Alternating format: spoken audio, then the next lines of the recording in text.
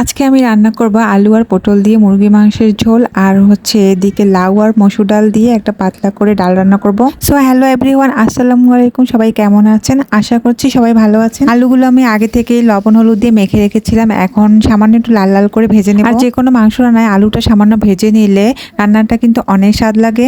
সবগুলো আলু ভাজা হয়ে গেছে, এখন আমি সুন্দর করে আলুগুলো তুলে নিলাম। আর এই কড়াইয়ে এখন আমি পেঁয়াজ কুচি দিয়ে পেঁয়াজটা হালকা বাদামি করে ভেজে নেব। তারপর আমি একে একে সব মশলা দিয়ে দেবো, আদা বাটা, রসুন বাটা, লবণ, হলুদ, মরিচের গুঁড়ো সব দিয়ে ভালো করে মশলাটা কষিয়ে নেব। মাংস রান্নার মশলাটা আমি সুন্দর করে কষিয়ে নেব যাতে আদা বাটা এবং রসুন বাটার গন্ধটা না থাকে।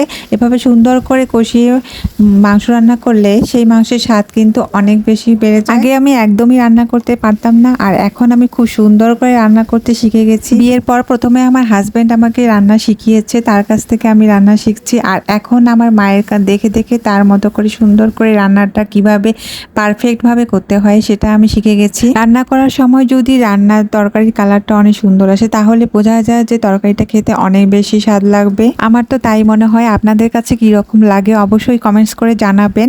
তো এখানে আমি মাংস মশলাগুলো কষানো হয়ে গেছে, এখন সুন্দর করে মাংসের সাথে মশলাগুলো কষিয়ে নিচ্ছি। ভালো করে কষিয়ে নিয়ে আমি পানি দিয়ে দেব। তো আমার মাংসের কালারটা কিন্তু ভালোই দেখা যাচ্ছে, মনে হচ্ছে খেতে অনেক বেশি ভালো লাগবে। মনোযোগ দিয়ে এবং সময় নিয়ে ভালো করে রান্না করলে অবশ্যই রান্না ভালো হবে।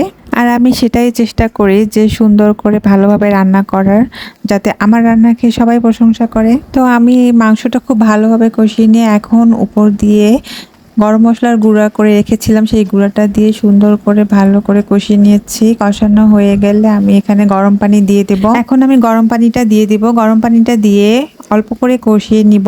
তারপর কষানো হয়ে গেলে আবার ঝোলের পানি দিয়ে দেব। রান্নার যখন সুন্দর একটা কালার আসে এবং এই রকম করে মাটির চুলায় যখন রান্নাটা টকবক টকবক করে, আমার কিন্তু দেখতে খুবই ভালো লাগে।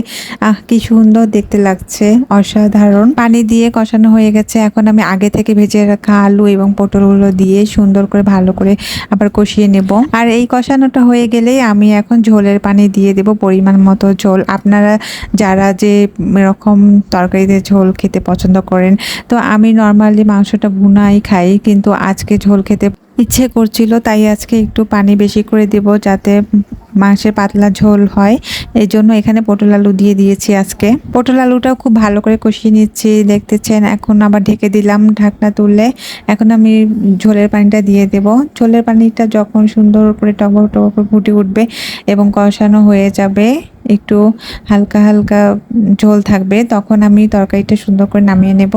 আর মুরগির মাংসে এই ঝোল তরকারিটা খেতে কিন্তু সাদা ভাত দিয়ে খেতে আমার অনেক বেশি মজা লাগে, ভালোই লাগে। তাই মাঝে মাঝে আমি এরকম করে রান্না করে খাই। তো আমার রান্নাটা প্রায় শেষের পথে, এখন একটু ভাজা জিরা গুঁড়ো দিয়ে দিলাম। ভাজা জিরা গুঁড়ো দিয়ে আবার একটু দমে রেখে দেব। এখন আমার রান্নাটা হয়ে গেছে, সুন্দর করে বেড়ে নিচ্ছি।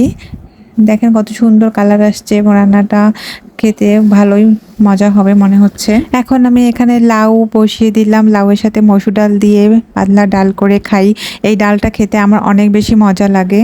মসুর ডাল দিয়ে লাউ কম বেশি সবাই খায়, এটা আমরাও খাই। এখানে আমি সব মশলা দিয়ে আমি সেদ্ধ হওয়ার জন্য বসিয়ে দিলাম। সেদ্ধ হয়ে গেলে সামান্য একটু ঘোটা দিয়ে তারপর বাগারটা দিয়ে দেব। লাউ ডালটা সামান্য একটু কষিয়ে নিয়ে এখন আমি পরিমাণ মতো পানি দিয়ে দিচ্ছি।